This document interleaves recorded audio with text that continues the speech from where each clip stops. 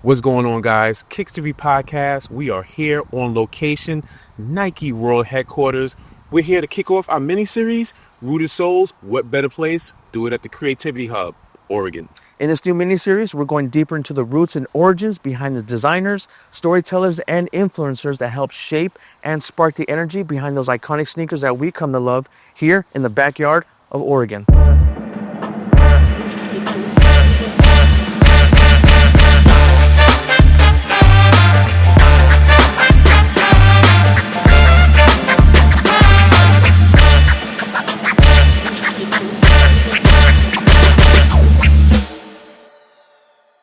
Air Pippen 1.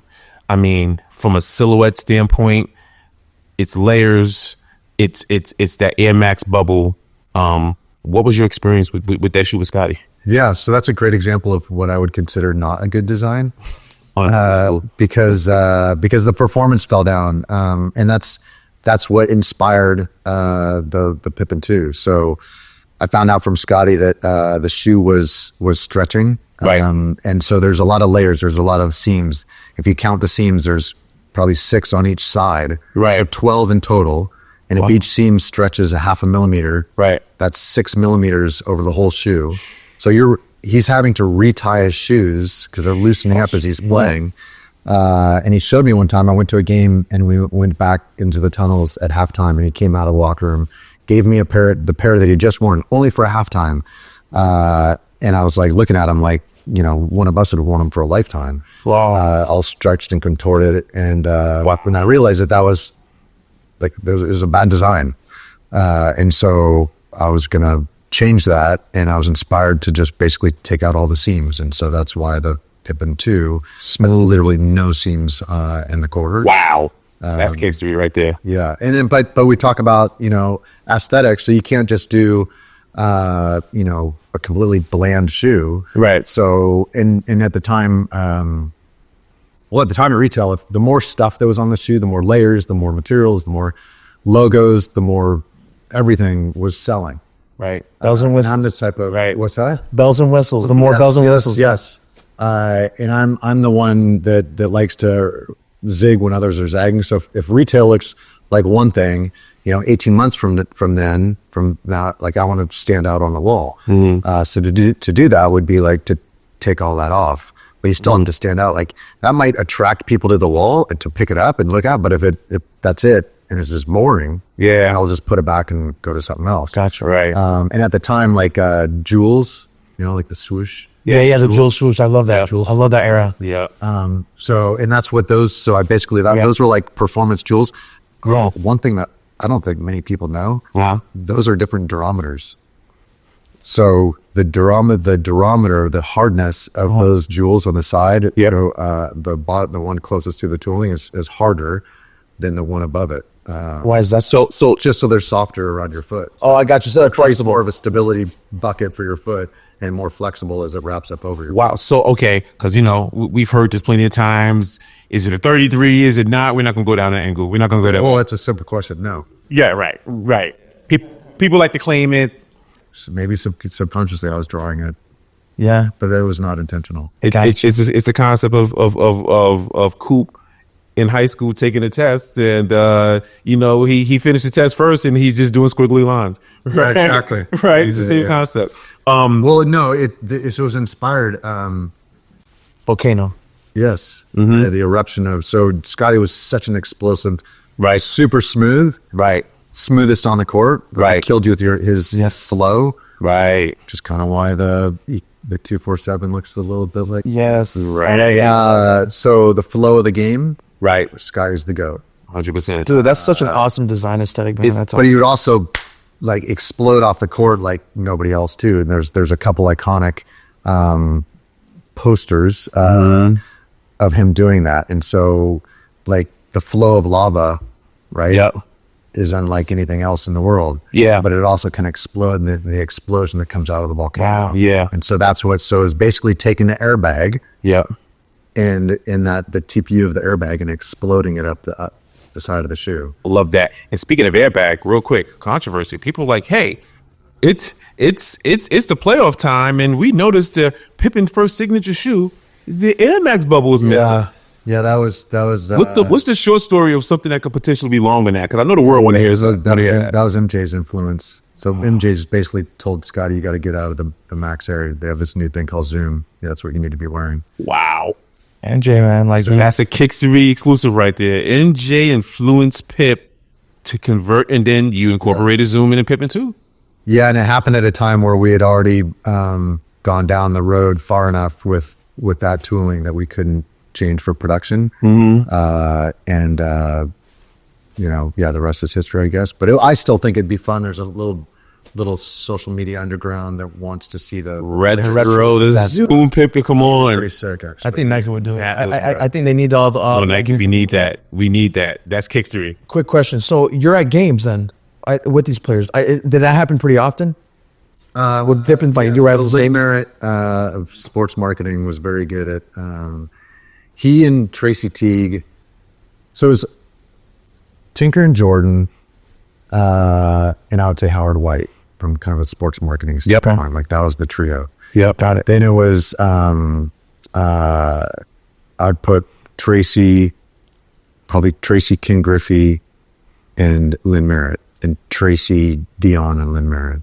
And then Trios, okay. Yeah. And then I would say Eric, Kobe, and Nico. Yep. Harrison they ended up becoming, I would say they were the goats of that relationship and how you work with an athlete. So I learned from, I learned from Tinker. Like sometimes I'd go to Chicago, Tinker, I would go together. He would shadow me, which is kind of funny, with Scotty, and I was learning. We would talk about it afterwards, and Tinker would, give me some feedback. And got it. So he wasn't really shadowing me. He was just more like watching me, I guess. Yeah. But I was learning from him, and then we would go meet with Michael, and I would definitely be shadowing him and sponging up everything I could learn about, like how they work together. And then from a sports marketing standpoint, working, Tracy Teague and the relationship he had with King Griffey and Dion and then Larry Merritt, working with them. And so I learned a lot about that. And so and then Lynn would teach me about that, like how do you work with an athlete? So we were building it. Like Nike was the creator of I would say that playbook, and how you work with it is still owned by Nike. Got it. Right. Other people have replicated it, but I would say the best relationships have always been the Nike relationships. And I think it comes down to that authenticity and that sincerity, and And so part of that is it comes down to empathy, right? Right. Being a good designer is all about empathy. So Right. for me and it's funny being in footwear, like the idea of being in, walking in someone else's shoes. Mm-hmm. So how do I become more empathetic with an NBA basketball player? Well, short of playing, with them myself, which I wasn't that good. I've seen pictures of that. Yeah. Pictures of what? Are you playing? Oh, not yeah. No, I'm saying like on the court with them at an NBA level. Right. Certainly not me, but watching them and trying to understand what's going on, going back in the tunnel at halftime, talking with Scotty. How was the first half? Like trying to gain that understanding is paramount. So Lynn knew that. To create the best product for the athlete, we have to go see them. Lynn has to take, a designer to the game. So there was one time that 9 out of the 10 players, Michael being the 10th, on the court, were wearing shoes that I designed. Wow. And it was a double special. It was at least a single overtime. I think it was a double overtime. It was Chicago and LA. And I was like, man, the last thing these guys want to worry about is what's on their feet. Right. Yeah. And all the way down to, I'm kind of known for the kind of coining the phrase, it's the millimeters that matter. In millimeters equating to milliseconds. Athletes believe, if an athlete believes in the milliseconds, then I can convince them into the millimeters, and therefore the millimeters matter to the milliseconds, which is why, that's design. Pippen 1 is not a good design. The millimeters made such a difference, and actually in a negative way. Interesting. And so, all of that relates. I got something for you, right? This is something I've been thinking about. I've been preparing to ask you. Right. Okay. So, number one, you swam with great white sharks. Oh no, I want to swim with great whites, but no, Galapagos. Okay, you swim with sharks. Sharks. You They're docile. right. Explain that very because we follow your journey on Instagram, and I know you had a summer with your daughter, right? You swam with sharks, and I don't know the habit and the behavior behind these sharks, but how was that experience? Because one of the colorway, the Mako colorway, Well, the whole shoe is designed around the Mako shark. right? But you had a specific Float. colorway that blue, Yeah, the shark. I like to, if marketing will allow me, if the company will allow me, right? and we would do this at Nike, where the design is inspired by the performance of the population you're trying to serve, Right. And then I typically find an analogous within something else, and I love nature, so and nature's fairly well designed, Right. So I think there's a lot of parallels there, and Right. biomimicry and all that. Like I pull a lot of that into what I design, and I have a fascination with sharks. And the Mako shark is the fastest predator in the water, Right. And I believe that Scotty was the greatest, and I believe there's a new generation that the flow of the game, and they have this relentless flow that just kills other people Right. on the court, just drains them down, Right. and they sustain, and so at the end of the game, they're able to continue their energy while other people's is going down. Mm-hmm. And like sharks, if they stop moving, they die. And so I've always been fascinated with them. I've always wanted to. My big bucket list item is swimming with the great white. So short of that, I was able to get in the water with Galapagos sharks in Hawaii. Right. And my daughter wanted to do it, so that was even more amazing to do that with one of my kids. Right. And it was amazing. Like, yeah, just so inspiring to see these creatures be in their environment, and for them to allow us to be in their environment. As long as we're cool with them, they're cool with us. Yeah. Most, I actually don't know if there's any people that are that study sharks believe there's ever been a shark attack. Because Interesting. because they can't help it. They're exploring, right? One way they explore is to bite something. Okay. Right. So they're exploring, Right. Hey, what is this in my water? Right. Yeah. Let me try it out. Like, we touch things, they bite things. Like, Right. They can't help it if If they have a little touch, of a human being, and they accidentally take a big chunk out of it, like, and it dies. Like, they can't help it. Right. And so, yeah, so I felt fairly comfortable, but there was one time where this flow started turning into like this, like, jerky movement. Wow. So I was a little bit like,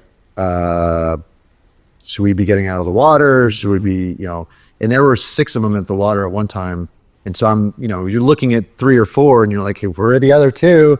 And then, oh yeah, there comes one, and it's just, it was an experience.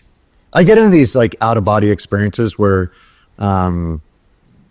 things happen where I'm like, I have a hard time being in the moment. Yeah. I usually am further out in the future. And so there's a lot of times in my life where I find myself kind of like literally out of body. And so that it happened while I was in the water with them. And now these photographs that I put on my Instagram, Amazing. I look at them and it's as if I took that photo, even when it has me in it, because I feel like I was witness to that event. And I was in kind of in a different perspective, Cool. That was amazing. I have a hard one for you. I have a hard one. You got a question? Because I know we're wrapping up. No, I'm interested here. Got a hard one for you. This is Cool. the first time I've heard the design. So I got a hard one for you. So, you've been blessed to be around some amazing mentors, right? At Nike, and all your shoes, from the Volcano to the Shark, right? To is it the Corvette for the Pippen 2? What was that specific? No, 52 50 Mercury. Mercury. Yeah. Okay, the 52 Mercury. Excuse me. What's Aaron Cooper's top 5 silhouettes? Not only the silhouette of the shoe, but the influence behind the silhouette. That I've done? That your DNA. Aaron Cooper, top. I said it's a hard one. I said it was a hard one, Coop. Yeah. You've made a lot of shoes. You made a lot of impactful shoes. This show is not long enough to list all of Aaron Cooper's shoes. Yeah. We wore all of them in the 90s during our teenage years, younger. We tried. Yeah, we tried our to best. get all of them, but yeah. We tried our best. What is Aaron Cooper's top 5 silhouettes, and then maybe the influence behind them? No water. Yeah. So the EQLZ 247. Okay. Mako Shark. The EQLZ 360. Cheetah. The Zoom Generation. The LeBron generation. Yeah. Yes. Hummer. Nope. Oh. Wait. What was the main design? It wasn't the Hummer? That was the main design? That's why I kind of paused on that, because it's in my Instagram story, but no, that was something that the media in a way with. But there's only the eyelet came from the Hummer wheel. A couple little details. What about the But back? generally speaking, it was around the Modern Soldier. So his AAU team were the soldiers, and we felt like he was a modern day soldier of the court.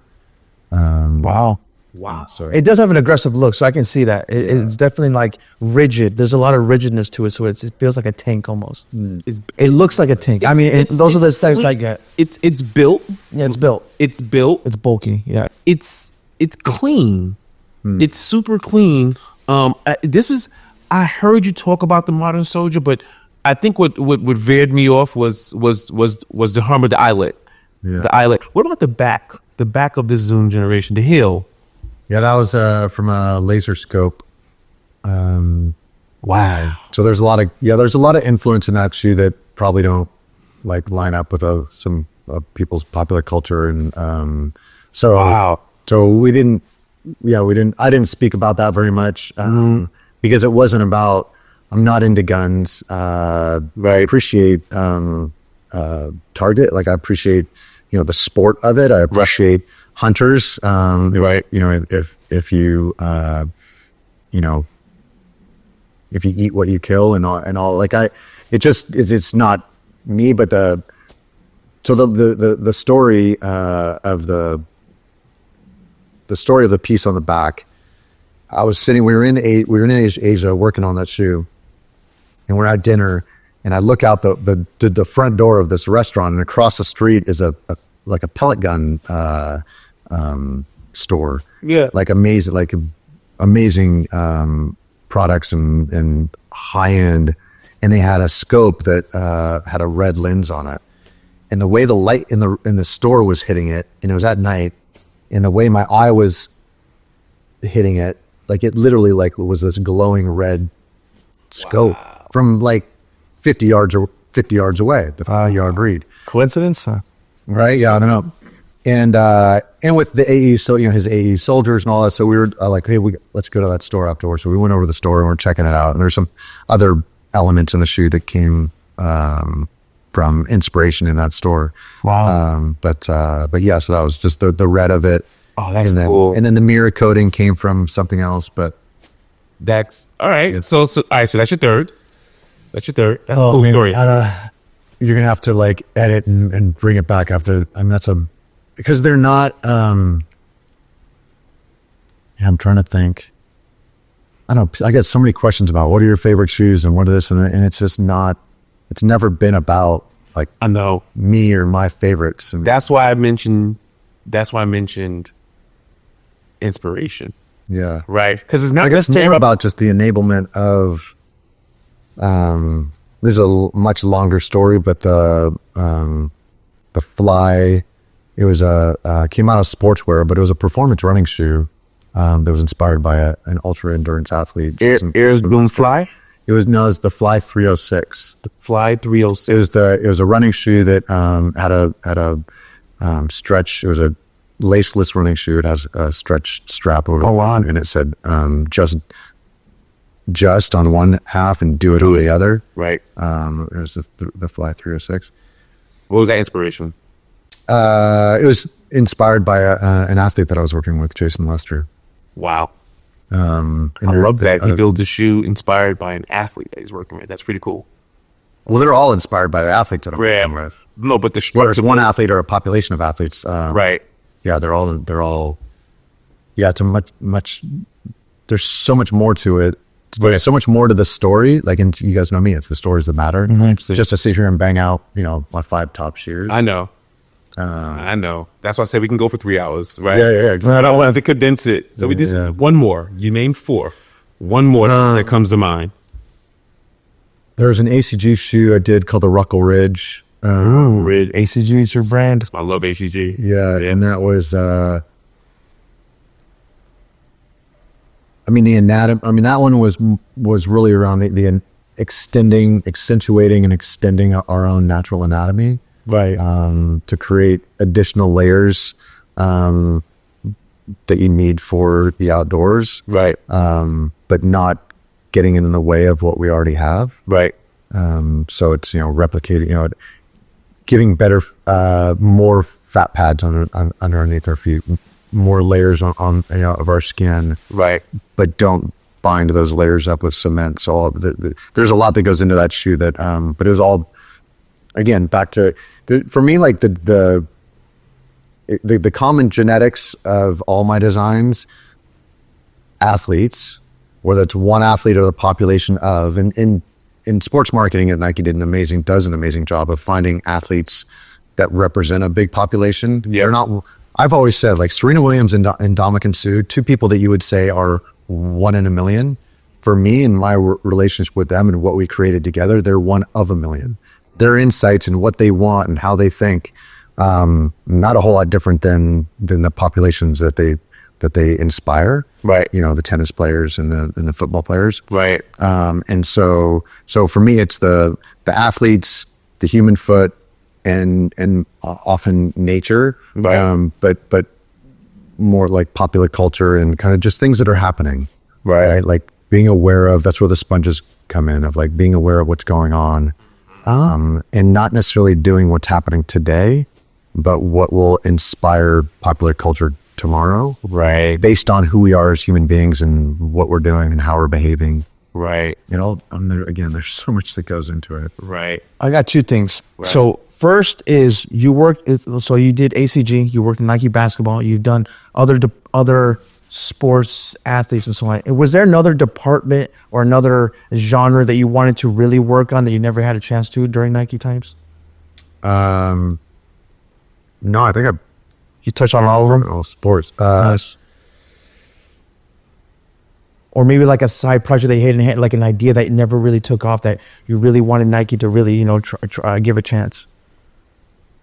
Like I was saying in the very beginning about, for me, it all starts with the naked human body. And then what you put, if you're looking for augmentation to take your human body to go do something that it wasn't naturally born to do, or to go play a game, like, so it's, whether it's basketball, soccer, skateboarding, whatever, your naked human body can't do that. Right? Right. In the context that you're looking for it to do. Right. So then I'm here to help augment your foot, where I can do other things, your body, or, and externally or internally. Like there's a lot of companies that I'm working with and projects that I'm working on that help augment that naked body. So in this case, since it's about kicks, so augmenting the human foot. So that's what it's all about for me. How you go about doing that, even starting with the shape of the last that you build the shoe around, Right. can start creating problems. Right. So every solution that you're trying to create ends up also has the potential to create problems. So you're kind of always chasing more problems. And so for me, it's about solving only the problems that your population is looking for, the augmentation of. Like let's use American football. Actually, let's just, because it's a brutal sport. So American football. The athletes. So let's use American football and Ndamukong Suh. Okay. Right. One of the greatest defensive ends to ever play the game. Also one of the most aggressive, one of the fastest for his size. Yeah. Right. So he needed some augmentation, but he also takes so much time to train his feet. His feet are very natural and at high level performance. Like you can touch any one of his toes and he can lift that one toe up. Oh, wow. Like he spent a lot of time in the gym and doing certain things to make sure that he's performing, that his natural self is at a highest level of performance. The last thing I want to do is create a cleat for him that's going to bind that up. Right? Right. I want to allow all that natural performance to operate at its highest level. Right. So if I take a typical cleat is quite narrow, why I don't know, because they bind that foot up. Now the foot that he's spent a lot of time preparing is very natural in form, and then you put it into a cleat and it's jammed up like this. Yeah. How is he going to transition all the force that he's put a lot of time into building through a foot that's like this into the ground, so that the ground can then help transfer that force, and then he can put it through someone else or put it through the offensive line. If I can get his foot in a natural position and still contained so it doesn't move around on top of the traction, the cleats that he needs, the augmentation, so that he forgets that he's wearing anything and he's only operating his natural self, able to transfer all that force into the ground, the force back up through the rest of his body and out the offensive line, and I don't get it in the way. That's a job well done. What was that cleat? Do you remember? What was that cleat? It never came out. Never came out. So that was your question. What project you had that you always want to go? It never came out. Wow. And I did a whole line of product and that's still my influence. So one thing my design process, I always try to think about what are the population that I'm trying to serve is number one. What do I want them to be saying in the future after they've been wearing the product that I've been doing or anything that I've been doing for them? Right. And one of the things I wanted the population to be saying about the 247 is that I forget that I have it on. It feels like a natural extension of my body, a natural extension of my foot, best fitting basketball shoe I've ever worn. But like, write them all out. Like I had all these things in my head. And now if you can go look, and we never marketed into that, right? Never said any of that. But if you go look at some of the comments of the posts of that shoe or some of the direct messages that I got, literally almost word for word quotes from people that I've never met in my life. If I could be honest with you, during this interview, kind of forgot I had them on. I mean, I'm not playing basketball. I'm sitting still. Yeah. But I have room. It contorts. It's snug, but it's not snug where it's uncomfortable. Yeah. And so I'm sitting. As you're saying that, I'm like, oh wow. I actually only when you refer to it, I'm like, I have these on. So and then if you're good to go play basketball, right? If your foot were to slip around and move around because it doesn't fit you very well, that's a problem. That's a bad design. Right. So you're trying to find this perfect balance. Right. That. For me, and this came, again, if I go all the way back to even before Nike, it's a part of who I am. But when it really became very conscious for me was after working with all of the Hurley athletes. So there's the surf athletes, Nike. Okay. Nike used to own Hurley. Oh yeah. And I used to work with a lot of those athletes, and they're just in board shorts or a swimsuit, right? Doing crazy stuff on a court, a field that is in constant movement. Yeah. That could kill you at any minute. And Kai Lenny being one, where that like literally, like if you fall in that environment, that field will swallow you up and potentially kill you. Right. Think about that. That's a crazy sport. Now, they're amazing athletes outside of the water. They golf, they play tennis, they play basketball. Right. Like some of them grew up playing football. So when they go back on like golf course or go back playing tennis or go to play whatever they're doing, like it's weird to them. Like they are definitely foreign objects on their body because they spend most of their time basically naked, performing at a very high level. Right. So that level of augmentation, they're very conscious of it. Right. Like you can kind of see them like they're fidgety more than we are in their clothes because they're fish out of water on land in the sporting environments that they put themselves in. So if I can create a basketball shoe that they forget they have on, right, You and I are forgetting it pretty quick. So to follow up on my question about like, what thing you wanted to do that you didn't get a chance to do, it sounds like you're doing a lot of that now with like EQLZ, right? You're doing a lot of those. All my clients. Yeah. Awesome. And So I have this chance of now taking 30 years of learning. Yeah. All I want to do is just give that.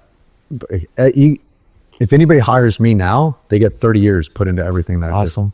I love that. So we have a running shoe right now that I'm working on with a client that similar with EQLZ. When we started working with them, I was we have world-class partners in Asia. You have to have like the people that make the shoes, that engineer them, that make the tooling, that stitch them, that weave them, that knit them, whatever you're doing, have to be world class. Unfortunately, I have those partners over in Asia. Nice. So I am very confident that anything that I am involved in, I can get it at least in the same conversation as, a Nike, an Adidas, an Under Armour, whoever sees as being the best. Yeah. And so this running shoe is being wear tested as we speak. Literally as we speak. Wow. And it's being tested at the highest level. It's being tested at the highest level and being compared to as like some wear testers are already saying they like this wear test shoe that they're wearing better than the Saucony, better than the New Balance, better than the Nike.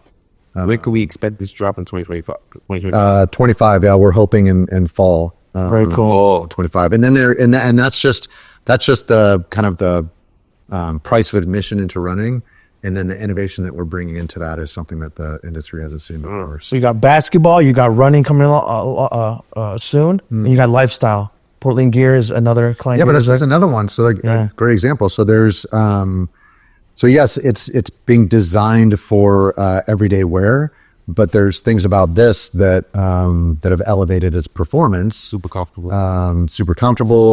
The engineered footbed, Yes. Specifically to do certain things, kind of not get in the way. We're actually looking to add a DWR to it so that, if you get caught out in the rain, water just, sheds from it, which actually helps with dirt too. So yeah, everything I do, is all about, performance for the population I'm trying to serve, good design. So performance and style. Right. The world doesn't need more shoes, right? But I think there still is room for better. Sure. So if it's not newer and better, I don't want to be a part of it. Got it. Love it. I'm looking to just do better product, enable more people, inspire and enable. That's my another piece. So inspire more people to move, to play. Right. We talked about the foundation. So move and play. Mm-hmm. If you're so lucky to be able to be exposed and given the opportunity to be, that play be organized into a sport, I just want to see people just get on a pursuit to their best self. Right. And enable, and then it help enable them. So Right. trying to inspire and enable. That's it. Right. It's pretty simple. And to bring it full circle for me, you've done that with me. I mean, in my childhood, seeing the shoes that you designed, making me feel, okay, if I have a little piece of that, I can do these amazing things. Honestly, it's all mind, body, soul. Like it really helped me see the potential that I had, and on the court. I was always a short kid, but when I had these shoes on, I felt good. The confidence was there. The support was there. The performance was there.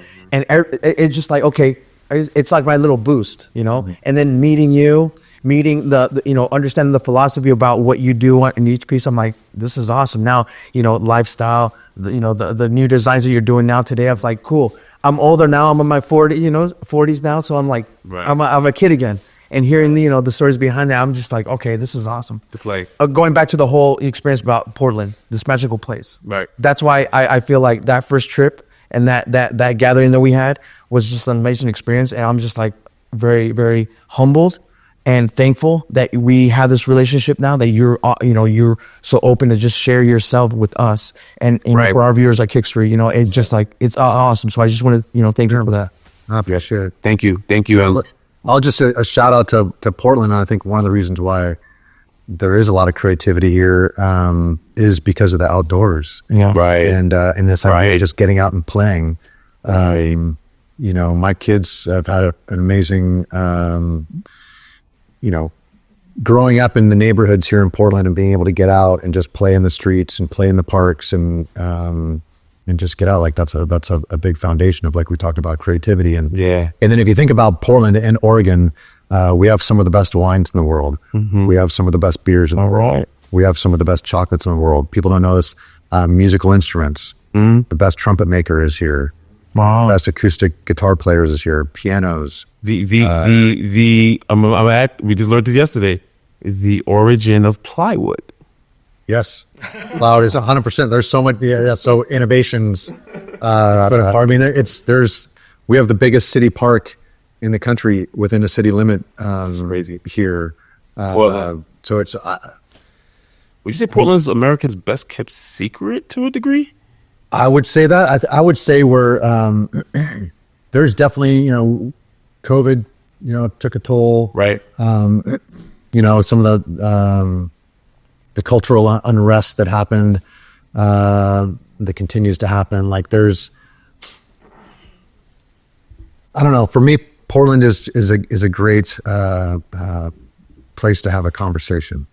Definitely. I mean, For sure. yeah, 100%. Because there's a lot of culture that happens here. Yeah, and culture drives. For me, it's about community, culture, and conversation. Heck yeah. Yeah. I mean, that's what we did. That's what we did today. Kickstory, man. That's why we're here. That's why we're here. Yeah. Before, ending, thank you. Echoing Bobby's words, thank you. You've been instrumental in my life, and thousands of others, people that I know. Just, when I mention people about you, they're like, wow. Like, of course, people gave me all these questions they asked. I'm like, no, I'm not going to do that. Cool. But just know rapid fire. Now I'm gonna go. Yeah, we touched on a lot. We touched on some great pieces. I love what you did with Kevin Garnett too.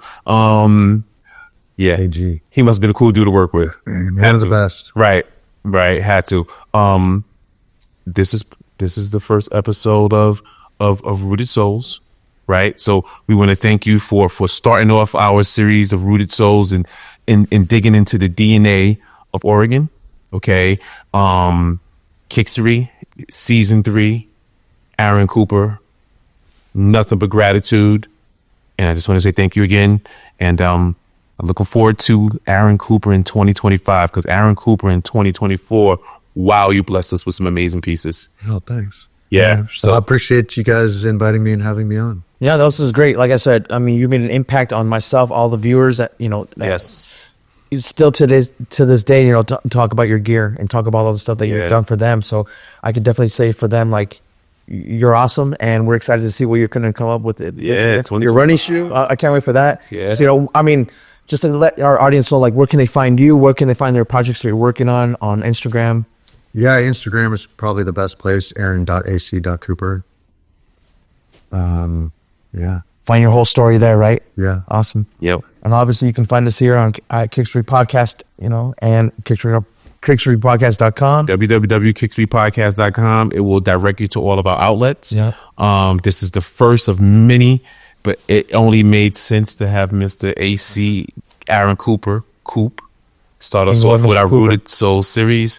Guys, thank you for tuning in. Thank you for diving deep in this beautiful liquid sunshine of Portland, Oregon. Thank you, guys. Yes, sir. We're tuning out. Thank you, AC. You bet. Thank Yeah. See you guys in the next one. Soon to come, guys. This is how we do in season 3. Peace. Thank you for watching this episode of Kickstory. And don't forget to subscribe to this channel and hit that notification bell so you don't miss any episodes. And stay connected with us on Instagram and these podcast platforms listed here. We also want to hear from you. So make sure to comment below and give us your thoughts. Thanks again for your support, and we'll see you next time.